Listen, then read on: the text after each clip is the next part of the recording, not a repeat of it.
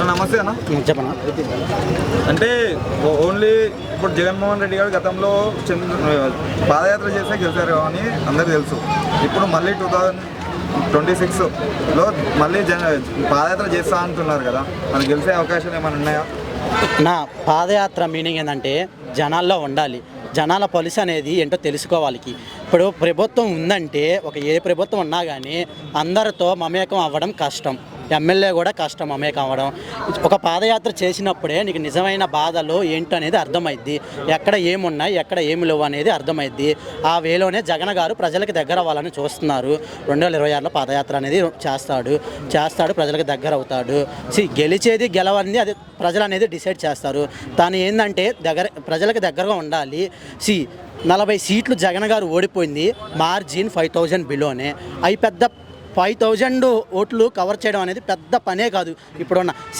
ఒకప్పుడు 2019 జగన్కి వెళ్ళి 60,000 70,000 మెజారిటీతో గెలిచిన వాళ్ళు కూడా ఈసారి ఓడిపోయారు. చూశారు కదా మీరే. 2011లో మన 2024లో గెలిచింది 11 సీట్లే. 2019లో జగన్ వైపు 70,000 80,000 మెజారిటీతో గెలిచిన వాళ్ళు కూడా ఓడిపోయారు. చూశారు, ప్రజలను మనం ఎవ్వరం అర్థం చేసుకోలేం. ఎప్పుడు ఎలా ఉంటారు, ఎవరికి ఓటేస్తారో ఆ టైంలో వాళ్ళు డిసైడ్ అవుతారు. అలానే 2029లో కూడా జగన్ పాదయాత్ర చేయడం వల్ల పార్టీకి ప్లస్ పాయింటే. జగన్ గెలవడం అనేది సపరేట్ పాయింట్. అది అనేది 11 సీట్లు అనేది కాస్త మెరుగుపరుచుకొని ఒక 60-70 ప్రతిపక్ష హోదా తెచ్చుకొని అసెంబ్లీలో పార్టీని గట్టిగా నిలదీయడానికి ఉంటుంది. అసెంబ్లీకి వెళ్తాడు, నిలదీస్తాడు.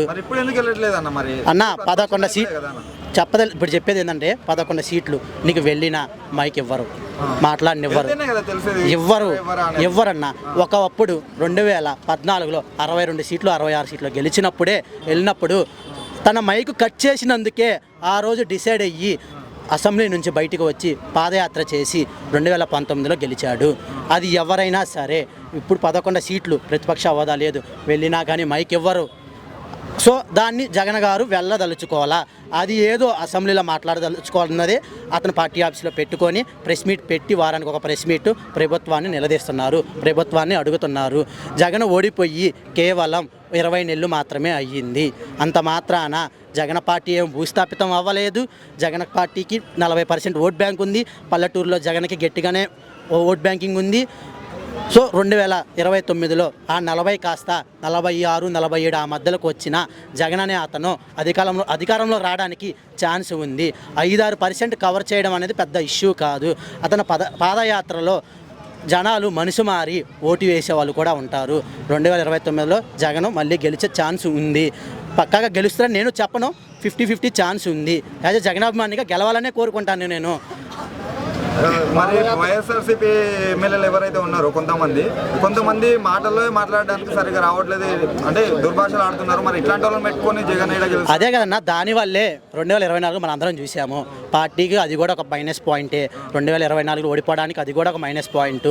మాట్లాడుతున్నారు మరి జగన్ గారు, మరి పక్కన ఉన్న వాళ్ళు ఈ సజ్జల వీళ్ళు ఏమైనా వాళ్ళకి డైరెక్షన్స్ ఇస్తున్నారా అనేది మాలాంటి కార్యకర్తలకైతే తెలియదు. మేము కూడా దాని గురించి ఆలోచిస్తున్నాం. అలా మాట్లాడడం తప్పే. బట్ వాళ్ళు అలా మాట్లాడడానికి కారణం ఆడ ఉన్న సిచ్యువేషన్స్. ఈరోజు అంబట్రాంబాబుని చూశారు.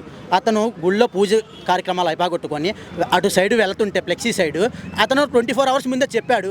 పిఎస్లో కూడా కంప్లైంట్ ఇచ్చాడు. పోలీసులు ఎలాంటి యాక్షన్ తీసుకోలేదు. అతను చెప్పాడు 24 గంటల్లో మీరు ఫ్లెక్సీని తొలగించకపోతే నేను దించేస్తానని. అతను గుళ్ళో పూజల కార్యక్రమం అయిపోగొట్టుకొని అక్కడికి ఫ్లెక్సీ దగ్గరకు వచ్చే లోపులోనే టీడీపీ వాళ్ళు కర్రలు పట్టుకొని 100 మంది ఉన్నారు. ఆ టైంలో అక్కడ ఉద్రిక్తత పరిస్థితులు నెలకొన్నాయి.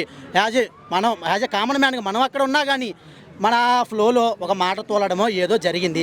అంబట్రాంబాబు కూడా అదే సీఎంగా చంద్రబాబు నాయుడు గారిని కూడా అలానే మాట తూలాడు. అది నేను సమర్థించట్లేదు.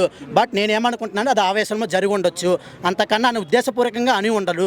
తర్వాత ఇంటికి రాగానే తన ప్రెస్ మీట్ పెట్టి మేబీ వాళ్ళు నన్ను రెచ్చగొట్టారు కాబట్టే ఆవేశపూర్వకంగా నేను చంద్రబాబు నాయుడు గారిని తిట్టుంటానేమో, అది నాకు తెలియకుండా ఆవేశపూర్వకంగానే అయిపోయిందని ప్రెస్ ముఖంగానే అంబట్రాంబాబు గారు చెప్పారు.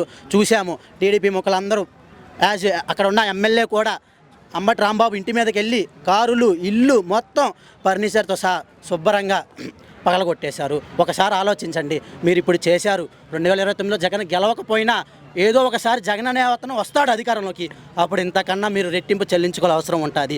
ఎందుకంటే కార్యకర్తలు ఇప్పుడే విసిగిపోయి ఉన్నారు, కేసులు పెట్టారు, అనుభవిస్తున్నాం. ఇంటికి రెండింతలు మేము తిరిగి మేము కూడా తెగబడితే ఆలోచించండి. మనకు కావాల్సిన శాంతియుత రాజకీయాలు, పరిపాలన బాగుండాలి. అంతకు మించి మీరేదో ఇళ్ళ మీద పోయి ఫర్నిచర్ పగలగొట్టినంత మాత్రాన ఆయనకి ఏమీ అవ్వదు. మీరే కార్యకర్తలే నష్టపోతారు. ఎవరైతే వెళ్ళారో వాళ్ళు అందరూ కెమెరాల్లో ఆల్రెడీ రికార్డ్ అయ్యే ఉంటుంది. రేపు అదే అంబటి రాంబాబు గెలిస్తే మీ పరిస్థితి ఏంటి అని ఒకసారి ఆలోచించండి. ఒకసారి మీరు ఎవరైనా సరే ఒక ఇళ్ళ మీదకి వెళ్ళేటప్పుడు, వైసీపీ ఇళ్ళ మీదకి వెళ్ళేటప్పుడు ఆలోచించండి. ఇప్పుడు వైసీపీ కార్యకర్తలకు ఏదైతే జరిగిందో టీడీపీ వాళ్ళకు కూడా అదే జరిగిద్ది. అది ఎప్పుడైనా జరగవచ్చు, మనం చెప్పలేము. పార్టీ వచ్చిన మరుక్షణం ఏపీలో మాత్రం మీరు చేసిన దానికన్నా రెట్టింపు తీసుకోవాల్సి వచ్చింది. దానికి రెడీగా ఉండి సిద్ధంగా ఉంటేనే ఇళ్ల మీద కానీ కార్యకర్తల మీద కానీ బరితెంపులో దాడులు చేయడానికి సిద్ధం అవ్వండి. మరి రోజా గారు కూడా కాళ్ళు అడిగి నెత్తిన పోసుకోవాలి, జగన్ కాళ్ళు అడిగి అని డిప్యూటీ సీఎం గారిని అన్నారు కదా అండి. ఎస్ అన్నారు. ఎందుకన్నారు? లోకేష్, చంద్రబాబు నాయుడు, పవన్ కళ్యాణ్ ఏమన్నారు? పంది కొవ్వు కలిసిందన్నారు. సిటీ ఏమి ఇచ్చిందండి? పంది కొవ్వు లేదు. లడ్డూలో మీ కల్తీ నెయ్యి కలిసింది అన్నారు. అది మీరు కల్తీ నెయ్యి అంటే మేము ఒప్పుకునే వాళ్ళం. మీరు ఏమన్నారు? పంది కొవ్వు అన్నారు. సాక్షాత్తు శ్రీ వెంకటేశ్వర స్వామి లడ్డూలో పంది కొవ్వు ఎలా కలిసిద్దండి మీరు చెప్పండి? నెయ్యి అది బోలే బాబా డైరీ. అది దానికి మొత్తం వచ్చింది ఎప్పుడు అంటే 2017లో చంద్రబాబు ప్రభుత్వంలో ఉన్నప్పుడే, అతని ప్రభుత్వంలోనే ఆ బోలే బాబా డైరీ సిగ్నేచర్ చేసి టీటీడీకి నెయ్యి అందిస్తుంది. అది మళ్ళీ చంద్రబాబు గారు ప్రభుత్వంలోకి వచ్చిన తర్వాతే ఆ 3 శాంపిల్స్ అనేది చంద్రబాబు గారు ప్రభుత్వంలో ఉన్నప్పుడే ఆ లడ్డు అది నెయ్యి శాంపిల్స్ తీసుకున్నారు. ఇప్పుడు తిరుమలకి ప్రతి వీక్ కొన్ని లక్షల ట్యాంకీలు కొన్ని వేల ట్యాంకీలు రావచ్చు, నెయ్యి ట్యాంకీలు చెప్పలేము కదా. అప్పుడు చంద్రబాబు గారు ప్రభుత్వంలో జరిగిందే కదా ఇది కూడా. ఇప్పుడు చంద్రబాబు గారు దోషే కదా దీంట్లో. ఎలా మీరు జగన్ గారిని విమర్శిస్తారు? మరి మీ వైఎస్ఆర్సీపీ వాళ్ళు కూడా అంటున్నారు కదండి చాలానే, మరి వాళ్ళని ఏమని? ఇట్లా రోజా కొవ్వునే మరి వాడారని చెప్పి. కిరా కార్పి ఏమన్నాడండి? రోజా గారు కొవ్వు కలిపారంట లడ్లు. తప్పు కదా? సాక్షాత్ వెంకటేశ్వర స్వామి అలా అనొచ్చా? ఇప్పుడు కిరా కార్పి మాట్లాడేది తప్పే కదా. అతను ఎవరినైనా విమర్శిస్తున్నారు మీరు?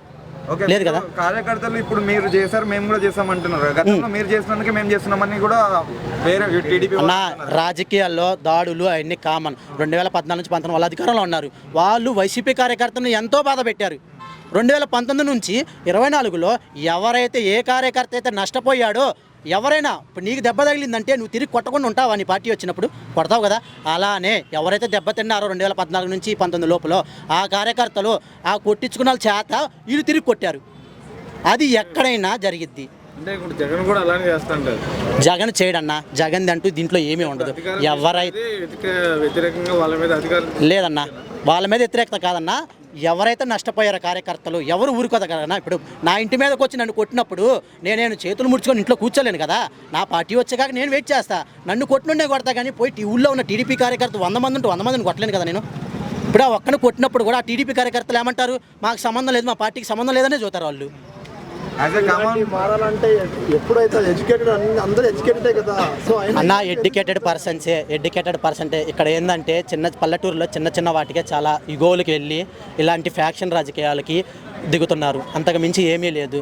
యాజ్ ఎడ్యుకేటెడ్ పర్సన్గా నేనేం చెప్పాలనుకుంటున్నానంటే, ఉంటాయి గోళ్ళు ఉంటాయి కానీ రేపు పొద్దున్న లేచినప్పుడు నీ ముఖం వాడు చూడాలి, నా ముఖం వాడు చూడాలి. పార్టీలు అనేవి శాశ్వతం కాదు. ఎలక్షన్ అనేది ఆ నెలముడికే. నెల అయిపోయిన తర్వాత నువ్వు రోజు పొలం పని చేసుకోవాలి, నేను పొలం పని చేసుకోవాలి. సో మన అందరూ ఎలా ఉండాలంటే ఊళ్ళో అన్నదమ్ముల్లాగా ఉండాలి. నీ పార్టీ వచ్చినప్పుడు నాకు కావాల్సిన పని నువ్వు చేసి పెట్టు, నా పార్టీ వచ్చినప్పుడు నీకు కావాల్సిన పని నేను చేసి పెడతాను. అది